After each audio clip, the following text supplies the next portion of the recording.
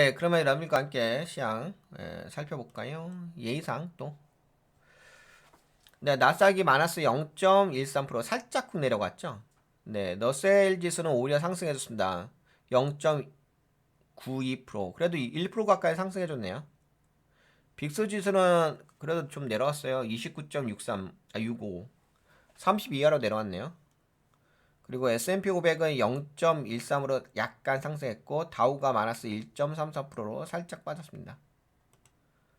미국 증시는 이렇게 움직였고요. 뭐 특별하게 오늘은 글로벌 증시가 큰 변화는 없었어요. 스톡스 600이 마이너스 0.13. 뭐 어제 20에서 금리 25p 인하했죠.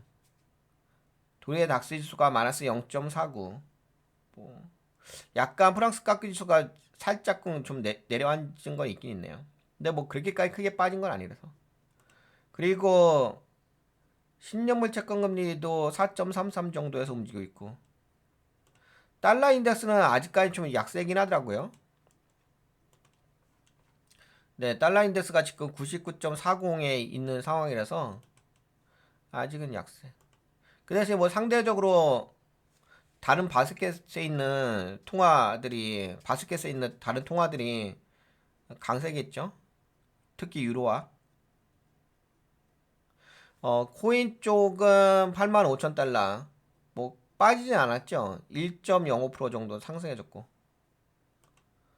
금 가격은 살짝 조정받았고 뭐 요새 그 석유, 원유 관련된 원자재가 좀 올라갑니다. 원재료가 올라가요. 지금 브렌트유가 3.01% 올라왔네. 오, 많이 올라왔다. 다시 유가 쪽이 좀 올라가는 게 있긴 있네. 그리고 그래도 아까 보시다시피 너셀지수가 올라왔기 때문에 오늘 상승 종목 대수가 더 많았어요.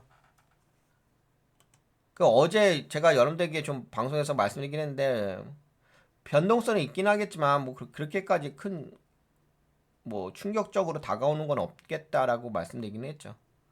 뭐 아니나 다를까 오늘 뭐 미국 증시가 그냥 평이하게 움직였습니다. 그리고 나스닥은 마이너스 0.13으로 물론 요 나스닥이 마이너스 0.13으로 좀 하락한 부분은 엔비디아가 좀 빠진 부분이 있어요. 그걸로 인해서 좀 하락한 부분이 있거든요. 그래가지고 뭐 시장 자체는 나쁘진 않았어요. 왜냐면 상승 종목 개수가 2,000개가 넘었으니까. 그리고 달러 인덱스는 뭐 아까 말씀드린 것처럼 99.40에 위치해 있고 원화 환율은 지금 1,418원 네 있습니다. 여기 단기 지지란이 걸려있죠. 상승 장악형 캔들 나왔네요. 그럼 뭐 또 상승 확률형 캔들 나올 수도 있긴 하겠네. 그 다음에 이거는 심리지수 한번 볼까요? 그래도 오늘은 많이 상승해졌어요. 극한의 공포 14에서 지금의 20일까지 올랐어요. 그래도 심리지수가 많이 괜찮아졌죠. 그리고 변동성 지수도 좀 내려오긴 했어요. 그 다음에 아까 보신 것처럼 나스닥이 좀 빠진 부분은 엔비디아가 마이너스 2.87%좀 하락한 부분. 뭐 일라일리가 뭐 좋은 소식이 있어가지고 14.30%로 네 크게 좀 상승해줬습니다. 오늘 약간 바이오 쪽이 좀 선방한 부분이 있긴 있네요. 메타도 장 막판에 장 끝나고 나서 실적 발표가 있었는데 뭐 실적 발표가 긍정적으로 나왔습니다. 그래서 약간 애프터 장에서 살짝 올라간 모양새 약 5% 정도인가 올라온 게 있고 큰 변화는 없어요. 지금 제가 보기에는. 다만 이제 약간 어떤 느낌이 있냐면 나스닥이 좀 빠지다 보니까는 근데 그 나스닥은 뭐 M7 종목이 약세 모양새가 있어서 마이크로소프트가 마이너스 1.03%, 마이크로소프트 아마존이 마이너스 0.99%, 테슬라가 마이너스 0.07, 메타가 마이너스 0.17. 근데 그렇게 많이 빠진 건 아니죠. 구글도 마이너스 1.38, 애플이 1.40, 월마트 이쪽 코스코 식료품 쪽 코카콜라, 펩시 이쪽 다 올랐네. 엑스모빌, 쉐브론 쪽도 올라왔고. 그래서 어제 이어서 오늘도 에너지 관련된 섹터가 상승해서 올라왔습니다. 2.27%, 컨슈머 스테이플스, 필수 소비 쪽이 2.18, 리얼 이스테이트 부동산 쪽, 뭐 이런 식으로 올라왔는데 약간 하락, 커뮤니케이션 서비스 쪽 마이너스 0.18, 헬스케어가 그러면 1112만 좀 올라왔다는 얘기네. 예, 헬스케어가 마이너스 0.64, 세미컨덕터 반도체 쪽이 마이너스 2.07, 테크놀로지 하드웨어 앤 이퀴먼트 쪽은 1.20. 아까 그 MB 애플이 좀 선방해 준 건 있죠. 야, 그래서 오늘 그 방송 제목을 어떻게 정했냐면은 방향성 잃은 시장, 트럼프 정책 신뢰 흔들거린다.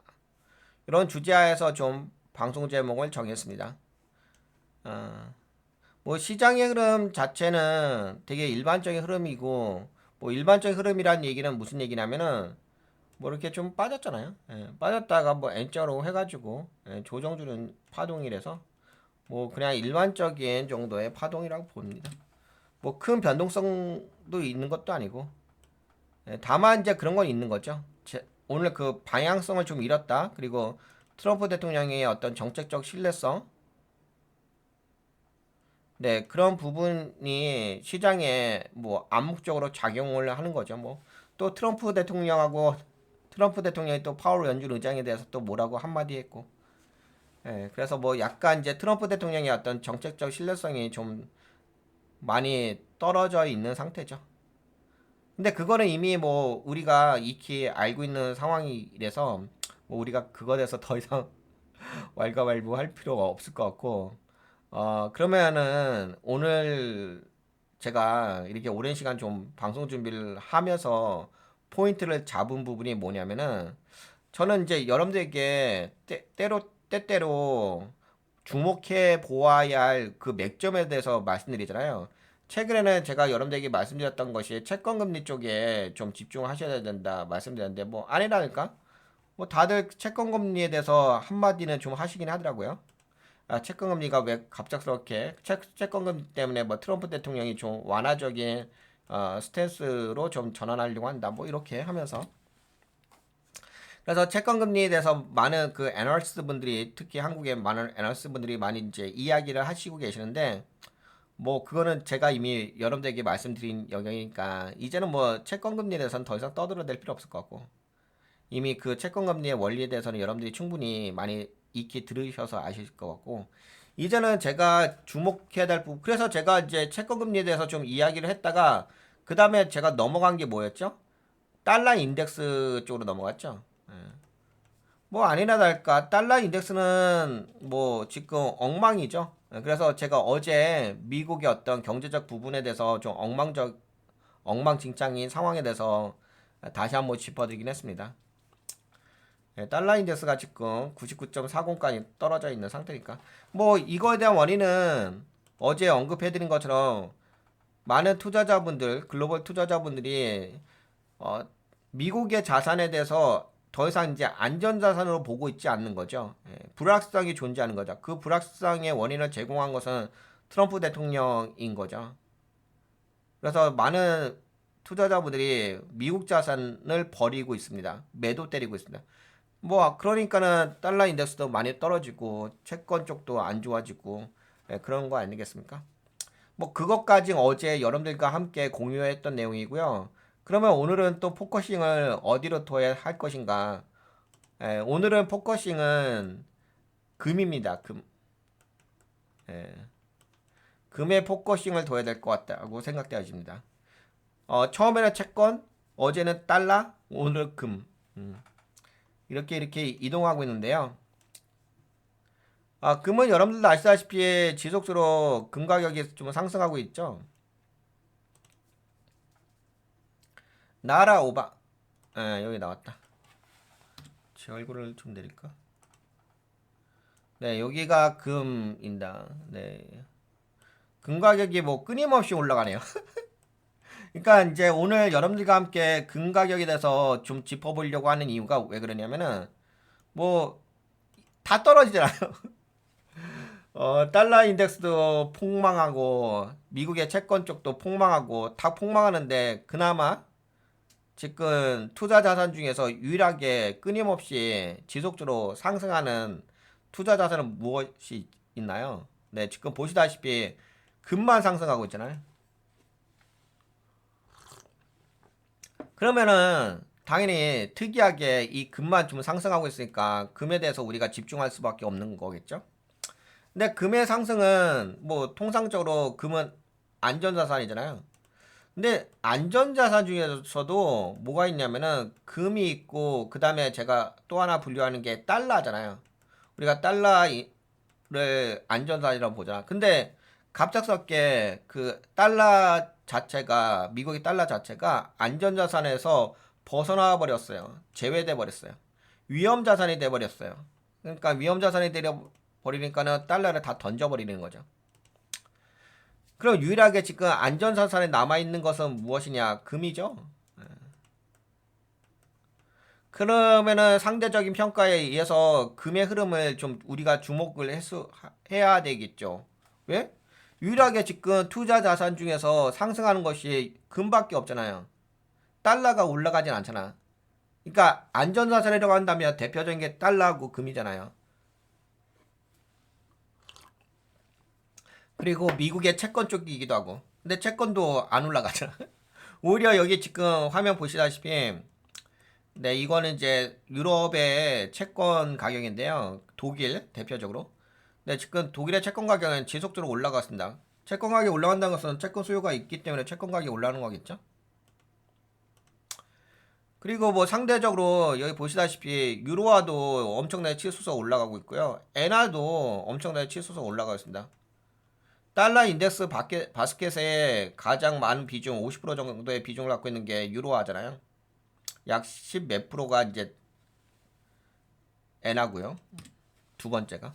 근데 50% 정도니까 반 이상을 차지하고 있는 건 있으니까 결과는 뭐 유로가 상승한다는 것은 달러가 약세라는 거고.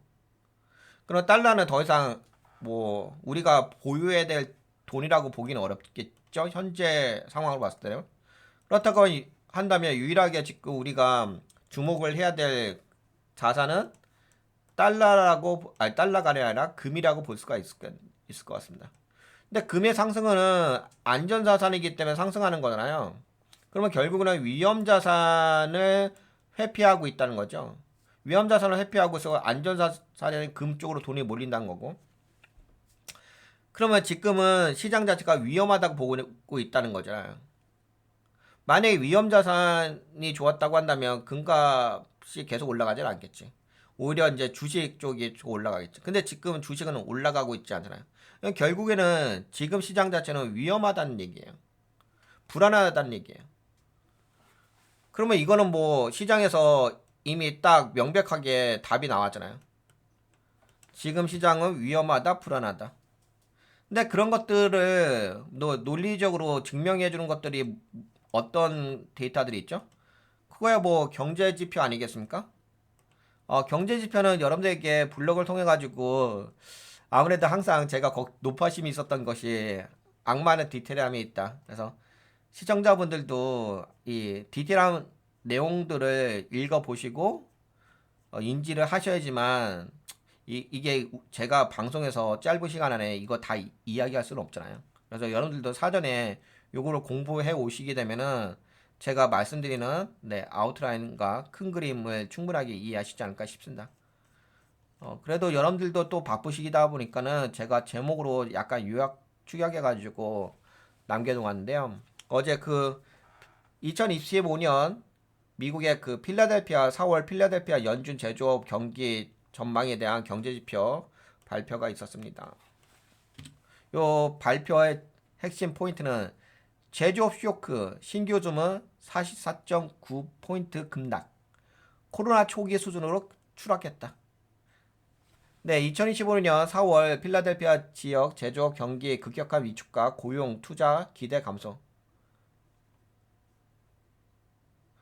요거는 지금 여러분들이 이렇게 보시면 될 것 같고요. 그래서 이거 저 한번 읽어보시면 지금 미국 경제가 얼마만큼 지금 폭망하고 있다는 것을 충분히 아시게 될 겁니다. 그래서 미국 경제는 지금 너무 안 좋아요. 거의 그래서 어제 말씀드렸던 것처럼 요거는 여러분들 좀 읽어봐 주셔야 돼요. 요거까지 제가 뭐 일일이 이야기하게 되면은 시간을 많이 소비하는 거니까 여러분들도 사전에 좀 공부해 주시면 좋을 것 같고. 근데 뭐 결론은 그렇죠. 너무 엉망진창이라는 거죠. 이게 데이터만 봐도 이게 급격하게 위축되고 급격하게 다 망가져 버렸어요. 순식간에 망가져 버렸습니다. 뭐 급락, 활동지표 급락, 코로나 이후 최악 수준,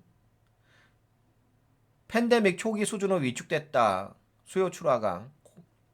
그래서 핵심은 뭐냐? 현재 필라델피아 지역 제조업은 수요, 고용, 투자, 삼중 압박 국면으로 진입 중이며 단기적 회복 가능성 매우 제한적입니다.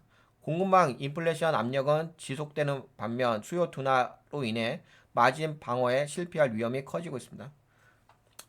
그래서 어제 뭐 제가 여러분들에게 근데 어제뿐만 아니라 저는 지속적으로 그 미국의 경제 지표를 분석하고 있거든요. 근데 미국의 경제 지표가 뭐 그나마 그 이전에 발표됐던 것이 소매 판매 지수였는데 소매 판매가 좀 긍정적으로 나왔잖아요. 근데 그 소매 판매가 긍정적으로 나온 부분은 진짜 뭐 소비자들이라든지 미국 경제가 좋아서 긍정적으로 나온 게 아니라 관세를 부과할 거니까는 관세를 부과하게 되면 물건 가격이 올라가니까 선제적으로 미리 주문해서 내가 확보해 놓자 하는 것 때문에 미리 올라간 거잖아요.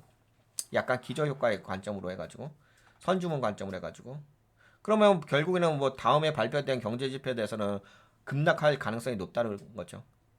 그래서 그 소매 판매 지수만 본다면 마치 미국 경제가 좋아지지 않았나 싶었는데 뭐 아니나 다를까 뭐 제조업 쪽은 완전 폭망한 수준입니다. 경제 지표 이거 읽어보시면 아시겠지만 그러면 결국에는 무슨 얘기냐 시간 관계상 축약해서 이야기한다면은 미국 경제는 폭망했다. 예. 그러면 미국 경제가 폭망했다는 것은 뭐 여러분들도 지표를 통해 가지고 이미 아실 거고 그 폭망한 결과가 어떤 결과로 나온 거죠? 나스닥의 폭락 아니겠습니까? 항상 그 미래 가치를 선반영한 것 자체가 지수인 거고 주식의 지수가 그런 매력이 있지 않나요? 우리가 굳이 뭐 선행지수 같은 거 보지 않는다 하더라도 그래서 지금은 결국에는 지금 선반영돼 가지고 어 이렇게 나스닥의 지수가 폭락했습니다. 근데 이거 폭락 자체가 단순하게 뭐 트럼프 대통령의 발언, 관세 이런 영역의 어떤 요인이긴 하죠. 그게 요인이긴 한데 그게 실제적으로 경제 지표에 영향을 미치고 있는 거니까 결국에는 무슨 얘기냐면 트럼프 대통령의 발언과 정책에 의해서 악재적인 요인에 의해서 나스닥 지수가 빠지긴 했는데 그 빠진 것이 펀더멘탈조차도 같이 폭락하면서 빠졌다는 영역이죠. 펀더멘탈이 무너지지 않았다고 한다면은 뭐 괜찮긴 한데 그러면 이제 다시금 기술적 반등을 해가지고 다시 한번 올라갈 수 아니까 그래도 펀더를 받쳐주면 다시 한번 상승할 수 있는 부분인데 지금은 펀더멘탈 자체가 무너졌기 때문에 뭐 지금 현재로서 우리가 기대해 볼 수 있는 것은 그냥 기술적 반등 외에는 우리 기대해 볼 수 있는 부분은 없습니다. 그리고 뭐 아까 전에 6시에 그 장 마감 아니 6시가 아니죠. 새벽 5시에 미국 장 마감하면서 넷플릭스의 실적 발표가 있습니다. 발표가 있었습니다. 넷플릭스의 실적 발표는 긍정적으로 나왔어요. 이 긍정적으로 나온 부분은 좀 더 제가 더 정밀하게 분석을 해 볼 필요가 있긴 있는데 그냥 간단하게 이야기한다면은 에, 매출이 시장 예상치가 105억 달러였는데 105억 105억 2천만 달러였는데 105억 4천만 달러로 된 거죠. 그래서 시장 예상치보다도 올라갔고 전년 동기보다도 13% 정도 더 상승했습니다. 매출은. 순이익도 전년 동기 대비보다 상승했고 EPS 당연히 5.71달러에서 6.61달러 더 올라왔죠. 수익과 이익 모두 컨센서스를 상회하며 이는 가격 인상 효과와 광고 수익 성장에 기인합니다라고 했습니다. 요금 인상 정책 2025년 1월 넷플릭스의 미국 내 요금제를 전면 인상했습니다. 그래가지고 기존 가격 대비 네, 광고형 폼해 가지고 인상된 가격대 이렇게 나오고 있는데 결국에는 뭐 가격 인상을 통해 가지고 소비자들에게 전가를 한 거죠. 여하튼 간에 예, 올라가긴 했습니다. 그래서 넷플릭스의 그 지금 결과론적인 주가 흐름을 보게 된다면 뭐 이렇게 하락했다가 나름대로 240선에서 지지해서 다시 반등해서 올라왔어요. 그럼 뭐 오늘도 그 어제 여러분들 제가 그 한국 증시 마감 시황도 함께 공유하고 있잖아요. 어제 한국 증시 마감 시황 여러분들 제가 블로그에 올려드렸는데 혹시 꼼꼼하게 좀 챙겨서 읽어보신 분들은 아시겠지만 요 데이터만 보셔도 아실 거예요. 어제 그 마감 섹터에서 한국의 코스닥이 좀 상승해 줬잖아요. 뭐 이전에는 좀 빠졌긴 했는데 네, 한국의 코스닥은 상승한 코스피가 0.94% 상승했고요. 코스닥이 1.81%좀 상승해 줬습니다. 네, 코스닥에는 유일하게 외국인들의 순매수가 들어왔어요. 근데 거기서 코스닥에서 올라온 섹터가 가장 많이 올라온 섹터가 뭐냐면 오락 문화, 예, 요쪽이죠. 오락 문화가 이제 아무래도 넷플릭스와 같은 컨텐츠 쪽 아니겠습니까? 뭐, 예, 그러면서 가장 많이 올라, 예, 4.18%까지 상승했습니다. 그럼 넷플릭스의 실적이 외국인들은 긍정적으로 나올 거라고 예상했겠죠?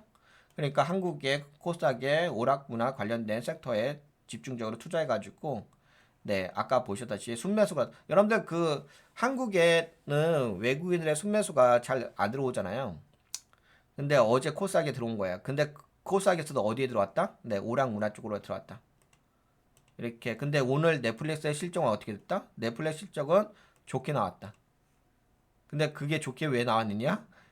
비용 인상, 저기, 가격을 인상시키면서 예, 매출과 순이익이 좋게 나왔다. 이렇게 볼 수가 있겠습니다. 근데 그 부분은 이게 지금, 마진이라든지 매출이 좀 좋게 나온 부분은 가격을 올린 부분에 의해서 좋게 나온 거거든요.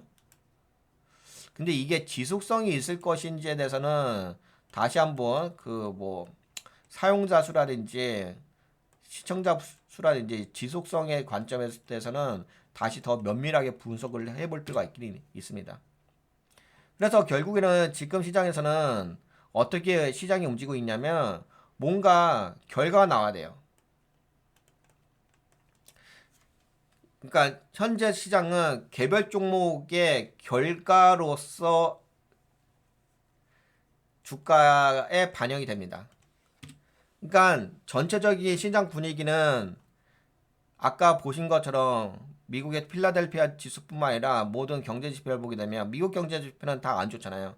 결국에는 기본으로 깔고 베이스로 깔고 가는 것 자체가 뭐냐면은 미국 경제는 안 좋다는 얘기예요. 그러면은 오늘 올라온 종목이 뭐예요? 봐보세요. 엔비디아는 마이너스 3.20% 빠졌잖아요. 근데 오늘 올라온 거 넷플릭스가 3.98% 예, 올라왔어요 지금. 근데 이게 왜 올라왔어요? 실적이 긍정적으로 나왔기 때문에. 결국에는 지금은 경제를 믿을 수 있는 상황이 못 돼요. 미국의 경제라든지 아니면 트럼프를 믿을 수 있는 상황은 못 됩니다. 달러도 다 신뢰를 잃었고 미국의 채권도 다 신뢰를 잃었잖아요. 그러면은 지금은 개별 종목 관점으로 보셔야 되는 거예요. 그 종목이 주가가 올라갈 만한 성과를 낼 수 있느냐 못 내느냐 그런 관점으로 보셔야 돼. 그냥 개별 종목 위주인 거죠. 예. 근데 이제 그 개별 종목 위주이기 때문에 개별 종목이 어떤 성과를 낼 수 있는 명백한 모멘텀이 있으면 그 종목에 투자할 수 있는 거고 그게 아니라고 한다면은 아무래도 좀 관망이라든지 관조적 관점으로 좀 방어적 관점으로 접근할 필요가 있긴 하겠죠. 시장이 이런 상황입니다. 그렇다고 한다면은 지금은 어떤 관점이냐? 그냥 반등 관점이에요. 실적이 좋게 나오면은 그거 다 반등해 주는 거고. 그러면 결국은 미국 경제는 끝났다. 결론은 끝났다. 미국 경제는 믿을 수 없다. 이거 없다. 그 다음에는 개별 종목 위주로 접근해야 된다. 근데 그 개별 종목 위주로 접근한다는 것은 무엇이냐? 명백한 주가가 올라갈 만한 근거가 있어줘야 돼요. 그 펀더멘탈이 있어줘야 돼요. 모멘텀이 있어줘야 돼요. 예를 들어서 뭐 오늘 일라일리가 많이 상승해줬잖아요. 18% 정도 상승해줬잖아요. 아니 14% 상승해줬잖아요. 이렇게 상승한 이유는 비만 침약 치료제에 대한 뭐 성공 가능성, 성공 긍정적인 소식으로 인해서 올라온 거잖아. 그러니까 오늘 넷플릭스라든지 일라일리가 올라온 것은 명백한 이유가 있었어요. 테마성 올라간 게 아니라. 왜 제가 이 명백한 이유에 대해서 명백한 펀더멘털에 대해서 말씀드리냐면은 경제가 안 좋잖아요. 경제가 안 좋은데 단순하게 뭐 예전에 그 트럼프 대통령의 트럼프 트레이드라고 들어보셨죠? 처음에 트럼프 대통령이 재임했을 때 대통령 이제 들어오기 전부터 해가지고 트럼프 대통령이 뭐 비트코인 쪽 막 이야기하고 그럴 때 있었잖아요. 그때 뭐가 많이 날라갔었죠? 그때 날라간 것 자체가 뭐였지? 그 용어가 잘 기억이 안 나네요. 양자. 양자 쪽이 날라갔죠. 양자, 그다음에 원전, 뭐 기타 등등 트럼프 트레이드 관련된 종목들이 그다음에 뭐 일론 머스크의 테슬라 뭐 이렇게 가지고 간 거잖아요. 근데 그때 양자 컴퓨터가 막 날라갔잖아. 근데 양자 컴퓨터가 왜 날라갔어요? 뭐 규제 완화, 트럼프 트레이드, 비즈니스에 친하죠. 이런 이야기를 하면서 막 날라간 거잖아요. 근데 지금은 뭐 비즈니스 친화적은 아니잖아. 트럼프 대통령이 정책을 펴는 것 자체가. 지금 비즈니스를 다 뭉개뜨리고 망가뜨리고잖아. 그러면 지금은 양자 쪽이 올라간다라고 보기는 어렵겠죠. 펀더멘털이 없는 거. 그럼 결국은 무슨 얘기냐? 경제가 지금 다 무너진 상태이고 실제적으로 결과가 나올 수 있는 거. 오늘 올라온 거 봐보세요. 넷플릭스 재무가 좋게 나왔잖아요. 실적이 좋게 나왔잖아요. 올라갈 근거가 있었죠. 이게 단순하게 뭐 트럼프 대통령의 정책 모멘텀으로 올라온 게 아니라 트럼프 트레드에서 올라간 게 아니잖아요. 테마로 올라온 게 아니잖아요. 일라일리 신규 비만 치료제 좋은 결과 나왔죠. 그걸로 올라온 거잖아. 양자 컴퓨터 예전에 올라갈 적에 상승할 적에 좋은 결과가 있었어요? 그냥 테마스로 올라간 것 뿐인 거잖아요. 그러니까 결국에는 지금 자체는 시장 자체가 명백한 이유가 있어줘야 돼요. 그 펀더멘탈 자체가 근거가 있어야 되고 그 근거가 허무맹랑한 테마성 트레이드의 영역은 아니라는 거죠. 왜냐면 지금은 고퍼 관련된 종목들은 다들 버블로 해가지고 다 빠진 영역이잖아요. 심지어 엔비디아가 대장주였는데 엔비디아도 지금 버블로 해가지고 빠진 영역 아니겠습니까? 그러면 지금은 여러분들 투자하실 때는 명백한 이유, 테마적인 관점은 더 이상 의미가 없는 거죠. 이미 여러분들이 다 경험했고 지금 나스닥 폭락한 상황 봐보세요. 이것만 보셔도 현실 인지가 되시겠죠. 설마 또 아직까지 환상 속에 빠져 있지는 않겠죠. 그런 상황인 거고 그렇다 보니까 지금은 어떻게 지금 시장을 좀 접근해야 되냐. 미국 경제는 이미 무너진 상태고 그리고 지금 연준에게 바라보고 있는 것은 무엇이죠? 연준에게 바라보고 있는 것은 단순하게 저거 아니겠습니까? 기준금리 인하잖아요. 기준금리 인하를 지금 연준에게 바라보는 거죠. 모든 투자자분들이. 심지어 트럼프 대통령까지도. 그러면 결국은 연준이 금리 인하하는 시점에 뭔가 정책 변화가 있는 영역인데, 근데 문제가 뭐냐면은 연준의 금리 인하 시점을 처음에는 올해 10월 달로 이야기했는데 지금은 미국 경제가 너무 안 좋아지다 보니까 금리 인하 시점을 갑자기 또 5월 달로 이야기하는 일부 시장 분위기도 있긴 있는데 5월 달은 아니겠죠. 그럼 뭐 빠르면 5월 달도 될 수도 있는 거고. 근데 지금은 뭐 10월 달이었다가 뭐 9월 달이었다가 뭐 최근에는 6월 달이었다가 막 이렇게 이야기하고 있잖아요. 근데 이 금리 인하하는 그 요인 자체가 뭐냐면은 인플레이션 인하를 위해서 그것보다는 어제도 파월 연준 의장도 약간 이야기를 하긴 했지만 미국 경제가 안 좋아지게 되면은 미국 경제가 안 좋아지게 되면 금리를 인하할 수밖에 없는 거겠죠. 근데 미국 경제가 안 좋아진다는 그 가정하에서 금리를 인하하는 건데 현재로서는 인플레이션 관점보다는 그러면은 미국 경제가 안 좋아졌다는 것을 더 명확하게 증명을 해 버린 거잖아요. 트럼프 대통령에 의해서 교차 검증이 된 거잖아. 그러면 그 다음에는 어떻게 됐어요? 그 다음에는 뭐 다시 한번 폭락이 있지 않을까요? 예, 그래서 제가 여러분들에게도 계속적으로 7월부터 9월 사이에 급락이 또 한 번에 한 차례 하락이 예상된다는 그런 이야기를 좀 하긴 했었죠. 그런 걸 통해 가지고 이렇게 해서 반등 줬다가 다시 빠질 수 있겠다. 이렇게 말씀드렸는데 지금 그 부분을 염두에 두시고 투자 전략을 가져가셔야 될 부분이 있습니다. 근데 다만 지금 당장 지금은 4월 달이니까는 그런 현상이 발생되지는 않긴 하겠죠. 지금은 어떤 단계냐? 지금은 이런 단계죠. 처음에는 무역 갈등에 이유로 해가지고 갈등 단계였잖아요.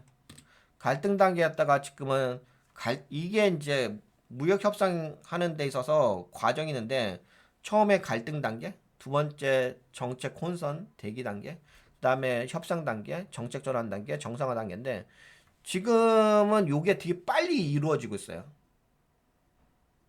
갈등이 그렇게까지 오래 가지는 않더라고. 물론 아직까지 갈등은 있죠. 지금 갈등이 남아있는 곳은 어디죠? 중국과 미국 대표적으로 그 다음에 유럽과 미국 나머지는 뭐 그렇게까지 영향력이 경제적 영향력이 크지 않으니까 다른 나라들은 더 이상 이야기할 필요 없고 최근에 이제 트럼프 대통령도 마음이 급해지신 거예요. 트럼프 대통령은 이런 협상 과정을 익히 알고 계시잖아요. 본인이 갈등을 만들어 놓고서 그걸 통해 가지고 상대방으로부터 굴복을 받아내 가지고 협상에 유리한 조건을 확보한 다음에 이득을 취하는 전략인 거잖아요. 그래서 트럼프 대통령은 항상 갈등을 만들어 버리죠. 그래서 중국의 관세율도 145%, 뭐 때로는 뭐 200% 이야기도 막 나오고, 근데 별 의미도 없는 관세율이죠. 이렇게 만들어 놓은 다음에 그 다음에 협상으로 돌입하는 거죠. 그래서 지금은 트럼프 대통령은 이 일련의 과정을 이미 본인은 동물적 감각으로 이미 여러 번 해보신 분이기 때문에 알고는 계세요. 그래서 본인이 일부러 갈등을 만들어 버렸어요. 근데 갈등을 만드는 과정 속에서 트럼프 대통령 생각과 그 정책을 이해하는 사람들과의 그 혼선이 있었죠. 그래서 뭐 트럼프 대통령 어떻게 이해하겠는데 뭐 그 정책 이해하시는 분들은 잘못된 또 발언도 하고 이게 맞다 네가 맞다 내가 맞다 뭐 이런 얘기하고 뭐 트럼프 대통령 내가 이렇게 이야기했는데 너무 뭐 이렇게 이야기했냐 너는 잘려야 될 것 같다 그런 이야기도 했죠. 그래서 지금은 갈등을 만들어 놓은 다음에 트럼프 대통령 갈등을 만들어 놓은 다음에 그 다음에 이제 정책 혼선이 있었던 거고 그 다음에 이제 협상으로 들어가는 거잖아요. 그래서 최근에 여러분들에게 제가 이제는 협상에 대한 이렇게 썼죠. 트럼프 관세 전쟁 이제는 본격적인 협상 국면에 돌입했다. 이런 말씀을 드렸습니다. 그러면 현재 이제 협상 국면에 돌입한 건 맞아요. 트럼프 대통령 본인 마음이야. 본인이 갈등을 일으키고 싶으면 일으키는 거고 정책에 대한 혼선을 일으키고 싶으면 일으키는 거고 협상하고 싶으면 협상하는 거야. 왜? 본인의 주도권을 현재 갖고 있기 때문에. 그래서 최근에 반등해 줬잖아요. 그렇죠? 근데 여기서 뭐가 있냐면 내가 협상한다고 해가지고 상대방도 협상을 하느냐.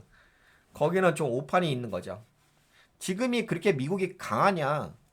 예전에는 바이든 대통령 시절에는 강했죠. 지금 미국 경제가 강한가요? 미국 경제가 강하다고 했다고 한다면 달러 인덱스가 저렇게 폭망했을까요? 미국 경제가 좋았다고 한다면 미국의 달러를 살려고 다들 애쓰지 않았을까요? 미국 경제가 그렇게 좋다고 한다면 누구든지 전 세계 최고의 안전자산인 미국 채권을 사지 않았을까요? 폭망했잖아요.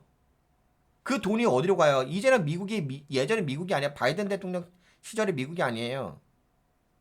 그 돈이 어디로 갔어요?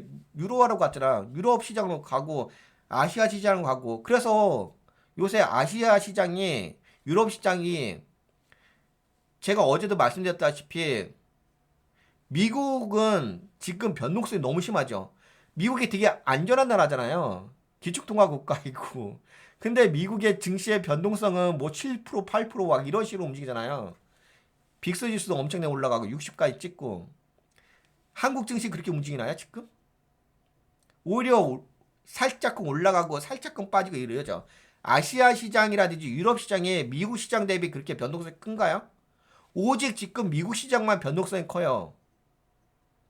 그냥 미국 시장만 불안정한 시장이 돼버린 거예요. 그러면 예전 같은 미국이 호랑이 같은 위치에 있는 사자 같은 위치에 있는 건가요? 지금 제가 보기에는 미국은 토끼 수준인 것 같은데요. 그만큼 많이 힘이 없어요. 그래서 예전에 사자 호랑이 수준이었는데 토끼 수준이 되다 보니까 이제는 누구 갖고 놀고 있어요? 만만한 게 어디예요? 만만한 게 일본 아니면 한국 아니겠습니까? 그러니까 지금 협상을 해도 중국과 협상을 하고 싶어도 중국이 협상을 안 하잖아요. 트럼프 대통령 오늘 발언 보셨어요? 이제 조만간 중국과 유럽과 협상을 하게 될 거다. 본인의 기대만 발언했어요. 떡술 사람은 생각도 안 하는데 중국은 생각도 안 하고 유럽도 생각 안 해요. 기껏 대면하는 게 일본, 한국이죠. 갖고 놀고 싶은 게. 갖고 놀고 싶은 것도 아니고 솔직히 트럼프 대통령의 협상 대상은 아니에요. 그냥 보여주기식인 거죠. 봐봐 내가 이렇게 관세에 대해서 부과하니까 다들 쩔쩔매면서 나한테 협상하려고 달려오네? 트럼프 대통령이 얼마만큼 지금 마음이 급하고 간절했으면은 보통은 대통령이라고 한다면 대통령 수반끼리 이렇게 서로 이야기하고 하잖아요. 일본의 대통령이라 일본의 총리인가요? 일본의 총리가 오지도 않았어. 협상 장소에 누가 왔어요? 일본의 그냥 장관이 왔어요. 일개 일본의 장관이 왔는데 그 협상 테이블에 트럼프 대통령이 참여하셨어요. 레벨이 안 맞잖아요. 대통령끼리 이야기하잖아요. 얼마나 본인이 급했으면 트럼프 대통령이 지금 얼마나 간절하게 급했으면 일본 장관이 미국에 왔는데 트럼프 대통령이 그 협상장에 찾아가가지고 이야기를 하고 있어요. 결국에 지금 미국은 마음이 너무 급해요. 트럼프 나름대로 대통령이 나름대로 하시려고 하는데 본인이 하시려고 한다면 힘이 있으셔야죠. 힘이 없잖아. 미국 자산 다 던져버리는데 그 돈이 어디로 가고 있어요? 그 돈이 중국, 유럽, 특히 지금 유럽이 가장 많이 가고 있고 그 다음에 나머지 중국, 일본, 한국 이런 쪽으로 분산되면서 그동안은 미국으로 돈이 집중됐던 것들이 이제는 유럽, 중국, 아시아, 그다음에 동남아시아 등등으로 이 분산되면서 빠져나가고 있잖아요. 미국이 무슨 힘이 있어요? 어떤 힘이 있는데? 그저 갖고 놀 수 있는 영역이 일본과 한국밖에 더 있겠어요? 근데 정작 트럼프 대통령이 원하는 것은 중국이죠. 중국이 본인들에게 굴복해가지고 협상을 해달라고 요구하기를 원하는 거죠. 근데 중국은 그렇게 안 하죠. 유럽도 그렇게 안 하죠. 결국에는 지금은 트럼프 대통령이 지금 코너에 몰려 있는 상황입니다. 근데 이 부분이 해결돼야 돼요. 어떤 부분이 해결돼야 돼요? 지금 핵심 키워드는 유럽과 미국이 아니에요.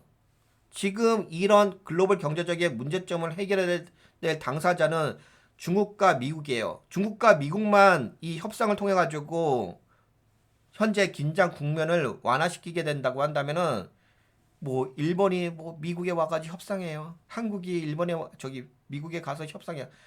한국과 일본은 아무 의미 없어요. 냉정하게 봤을 때 돈의 관점으로 본다고 한다면 뭐 할 건데 일본이 트럼프하고 협상해서 트럼프가 뭘 받아낼 거고 한국하고 협상해가지고 뭘 받아낼 건 있긴 하겠지만 그것이 지금 이 경제 글로벌 무역 긴장이라든지 글로벌 무역 전쟁에 대한 이 부분의 판도를 뒤집을 만한 상대는 아니잖아요. 지금 갈등의 가장 주요 상대는 이렇게 증시가 폭망하게 된 원인의 그 상대는 일본이 아니고 한국이 아니잖아요. 중국이잖아요. 유럽이고. 근데 그 파일을 가장 많이 차지하고 있는 것은 중국이잖아. 그 결국에는 이와 같은 상황을 다시금 안정화된 상황으로 만들려고 한다면은 미국과 중국이 해결을 봐야 되는 거잖아요. 근데 지금은 트럼프 대통령이 원하는 대로 중국이 순순하게 따라주지 않잖아요. 왜? 중국이 아쉬울 게 뭐가 있어요?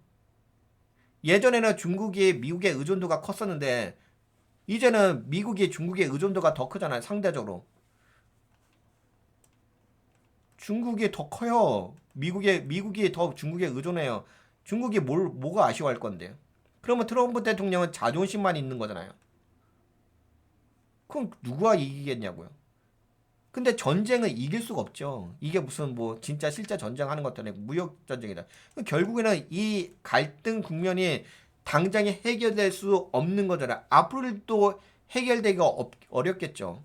그 앞으로도 해결되기 어렵고 그렇다고 한다면 클로버 경제는 계속 침체 국면으로 갈 수밖에 없는 거고 현재 상황을 유지하는 것만으로도 감사하다고 봐야죠.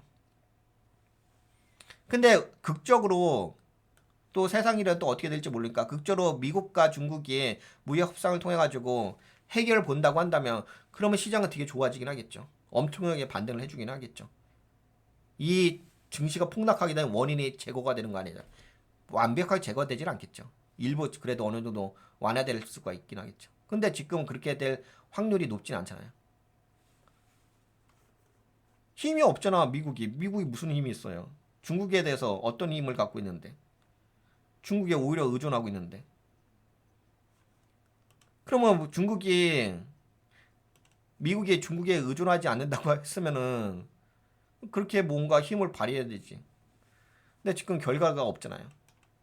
그러면 지금 상황은 앞으로의 상황은 이렇게 갈 수밖에 없는 거예요.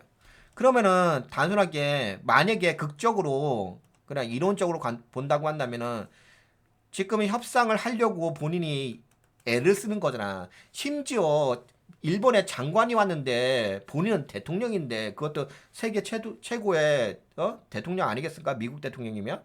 미국 대통령이 무슨 일본에 장관이 왔는데 거기 협상장에 들어가지고 이야기합니까? 레벨이 안 맞는데. 얼마나 트럼프 대통령이 지금 마음이 급했으면은 협상에 대한 마음이 얼마나 급했으면 그랬겠냐고요. 그러면 이미 지고 들어가는 거예요. 트럼프 대통령은. 근데 정작 대상자는 누구야? 일본이 아니잖아. 한국이 아니잖아. 이 갈등을 풀 수 있는 것은 중국인 거잖아. 근데 중국은 오히려 미국에 대해서 통제하려고 하는 거죠. 또 반대로 또 미국도 중국에 대해서 통제하려고 하는 거고 수출에 대해서. 그러면 이 부분은 쉽게 해결될 영역은 아닌 거죠. 그래서 이론 관점으로 본다고 한다면 갈등 단계에서 정책 혼선 단계에서 지금은 협상 시작 단계로 들어오긴 했는데 지금은 아직까지는 보이진 않습니다. 이 악재가 해결될 수 있는 실마리가 보이지는 않습니다. 오히려 이 협상 단계가 너무 오랜 기간 지연될 가능성이 큽니다. 근데 만약에 협상을 잘 하게 되면은 정책 전환이 발생하겠죠. 지금의 정책과 협상을 통해 가지고 긍정적인 결과가 나오게 되면 또 다른 새로운 정책이 만들어지겠죠. 긍정적인 결과가 나오겠죠. 그렇게 되면 어떻게 돼요? 그렇게 되면 정상화 단계로 넘어가겠죠. 단계로 넘어가게 되면 지금 이렇게 악재적 조건의 환경이 긍정적인 조건으로 바뀌어야 되니까 정상화 단계로 바뀌니까 그렇게 된다고 한다면은 당연히 이렇게 빠졌다가 다시 주가가 이렇게 한 다음에 이렇게 전고가 돌파하면서 더 올라갈 수가 있긴 하겠지. 그렇다고 한다면 지금의 포커싱을 어디다 둬야 되냐? 중국과 미국의 협상이에요. 그거에 대해서 모니터링을 여러분들이 하셔야 돼요. 한국에 가가지고 미국과 협상하고 별 의미도 없잖아요. 의미 있어요? 그냥 호구짓 하는 거 아니겠습니까? 한국에 가서 호구짓 하는 거 아니겠습니까? 일본은 그냥 누굴 보냈어요? 그냥 일본은 장관 하나 떨러 보냈어요. 별 의미 없잖아요. 뭐 의미 있어요? 일본하고 트럼프하고 협상한다고 해서 무슨 의미가 있는데요? 세계 경제에 어떤 의미가 있죠?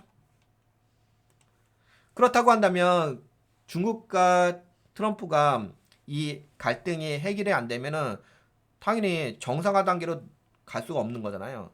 정상화 그 협상이 끝나야지만 협상이 완료돼야지만 정책 전환이 발생할 수 있고 정책 전환은 긍정적인 결과를 도출하게 되면은 정상화 단계로 갈 수가 있는데 협상이 안 돼. 되면 좋긴 하겠죠. 되면 좋은데 지금은 될 가능성은 거의 없죠. 근데 또 세상 일이란 게 뭐 어떻게 될지 모르니까 계속적으로 모니터링 하실 필요가 있습니다. 중국과의 어떤 그 협상 관계가 어떻게 잘 되고 있는지. 그렇다고 한다면은 지금은 그건 아니잖아요. 뭐 일본이 갔어요. 한국이 갔어요. 무슨 의미가 있는데? 어떤 의미가 있는데? 그냥 호구짓 하는 거 아니겠습니까? 어떤 의미가 있는데? 뭐 협상 대상자가 아니잖아. 뭐 미국이 일본이 협상 대상자예요? 한국이 협상 대상자예요? 그냥 보여주기식 본인의 어떤 명분 쌓기 위한 보여주기식 아니겠어요? 정치적 쇼 아니에요? 본인의 정치 쇼를 국민들에게 알려주게 나 이렇게 관세적으로 과하게 하니까는 다른 나라에도 뭐 이렇게 기어오네 그거 보여주기 위한 정치 쇼맨십이잖아요. 예, 그렇기 때문에 별 의미 없는 이야기들이잖아요. 그러면 결국에는 근본적인 것이 해결이 안 된다고 한다면은 뭐 지금의 이 국면은 계속적으로 안 좋아질 수밖에 없긴 하겠죠. 그러다 보니까는 우리는 좀 이런 부분을 우리가 정확하게 인지하고서 투자 전략을 올바르게 가져가실 필요가 있겠다. 그러면 그래도 최근에는 좀 많이 빠진 부분이 있잖아요. 그리고 이런 건 있죠. 어떤 부분이 있냐면 지금 상황 뭐냐면은 지금은 어떻게 빠진 거냐면은 여기서 이렇게 폭락할지게 떠들어댔던 게 그거잖아요. 트럼프 대통령이 145% 떠들어댄 거잖아요. 200%막 떠들어대 관세 떠들어댄 거잖아. 그런데 100%가 넘어가 버리면 더 이상 의미가 없는 관세인 거잖아요. 아무런 경제적 이슈라든지 논리적 악재가 더 이상 발생할 수 없는 한계치를 넘어선 거잖아요. 그러면 지금은 100% 이상이 나왔기 때문에 더 이상 빠질 일은 별로 없죠, 솔직히. 그러면 그래도 지금은 최소한 못해도 기술적 반등 정도는 나와줄 수 있는 상황이 된 거죠. 그거는 좀 긍정적인 면은 있죠. 하도 많이 100%, 200%막 떠들어대 버렸으니까. 근데 문제는 뭐냐면 그나마 지금은 미국의 경제가 소비라도 받쳐주긴 해요. 왜냐하면 선구매한 부분이 있으니까. 그래서 3개월 정도는 어느 정도 버틸 수는 있어요. 근데 그 3개월 안에 미국, 중국과 협상을 해가지고 긍정적인 정책이 돌출돼가지고 정상으로 가게 되면 다시 올라갈 수가 있긴 있는데 이 3개월 동안에 그런 협상에 대한 어떤 결과물을 못 만들어내잖아요? 그러면 아까 보셨잖아요. 제가 여러분들에게 블로그에 올려드렸잖아. 필라델피아 제조업 지수 보셨죠? 미국 경제 폭망한 거 보셨죠? 그런데 지금보다 그게 현실로 나오는 거예요. 그건 설문조사잖아요. 근데 그것에 대한 심리적인 부분이 반영된 거잖아요. 그러면 그게 현실로 나오게 되면 어떻게 됐어요? 지금 요번에 아마 제가 얘기했잖아요. 요번에 실적 발표 나오는 것은 그렇게 나쁘게 나오진 않을 거라 얘기했잖아요. 왜? 선주문, 관세, 미리 올라갈 걸 대비해가지고 미리 재고를 쌓아놓은 거잖아요. 그러면은 이미 이제 관세가 부과돼가지고 이게 두 가지가 겹치지 않나요? 지금 90일 유예잖아요. 90일 유예라고 한다면 세 달이 아니겠습니까? 30, 30, 30일? 그럼 정확하게 세 달이에요. 그러면 현재 1분기 실적 발표한다고요. 그러면 다음 세 달은 뭐가 나오겠어요? 2분기 실적 발표가 나오겠죠. 그러면 이제 경제 지표에 반영되겠죠. 관세가 어떤 영향으로서. 그러면 이제 2분기 실적 발표하면서 다 뭐 안 좋게 나오게 된다면 실적 발표가 안 좋게 나온다면 당연히 펀더멘탈이 무너진 거니까 당연히 폭락장이 나오고 금융위기가 발생하고 그러지 않겠습니까? 네, 그래서 그런 부분을 염두하고서 투자 전략을 가져가셔야 될 것 같고, 뭐 그런 부분을 염두하신다고 한다면은 지금은 어떤 관점이 중요하시냐면은 지금은 무조건 안정적인 거죠. 아까 제가 화두를 던졌잖아요. 뭘 화두를 던졌어요? 금을 보시라. 왜 금으로 돈이 쏠리는지. 돈이 지금 어디로 가고 있는지. 돈은 생존의 영역이에요. 먹방의 영역이 아니야. 오락의 영역이 아니야. 즐거움의 영역이 아니야. 내가 사람들이 태어났으면 생존하기 위해서 죽지 않고 생존하기 위해서 그 절실함의 영역이 돈의 영역이에요. 아시잖아요. 근데 그 돈이 어디로 갔어요? 그 절실함이 어디로 갔어요? 금으로 갔잖아. 금은 뭐예요? 안전자산이잖아. 그러면 여러분들이 지금 투자하실지 어떻게 투자하셔야 되겠어요? 위험자산에 투자하셔야 되겠어요? 안전자산에 투자했어요? 당연히 안전자산에 투자하죠. 경제의 불확실성이 커졌는데. 그러면 안전자산에 투자한다는 것은 단순하게 금에 투자라는 이야기는 아니고요. 단순하게 금에 투자라는 이야기가 아니라 여러분들이 지금의 주식에 투자하시던 주식에도 위험자산이 있고 안전자산이 있는 거 아시죠? 그러면 주식에서도 주식 종목을 선택할 때도 안전한 종목에 투자하실 필요가 있긴 하겠죠. 이제는 더 이상 고퍼 관련된 종목이라든지 그런 허황된 수준으로서 시장을 바라보시면 안 되겠죠. 지금 철저하게 오늘도 보셨잖아요. 오늘 뭐가 급등했어요? 넷플릭스 111이 왜 올라갔어요? 펀더멘털이 있었잖아요. 그 펀더멘털에 대한 진실성이 있어요. 테마로 올라갔어요? 111가 테마로 올라갔어요? 넷플릭스 테마로 올라갔냐고요? 예전처럼 양자 컴퓨터처럼 테마로 올라갔냐? 진실성 없이 올라갔냐고요? 트럼프 트레이드로 올라갔냐고요? 현실을 직시하셔야죠. 네, 그럼 여기까지 이야기할까요? 예. 뭐 요거에 대한 관련된 디테일한 자료들은 네, 블로그를 통해서 여러분들과 함께 공유하고 있으니까 여기서 좀 보시면 될 것 같고.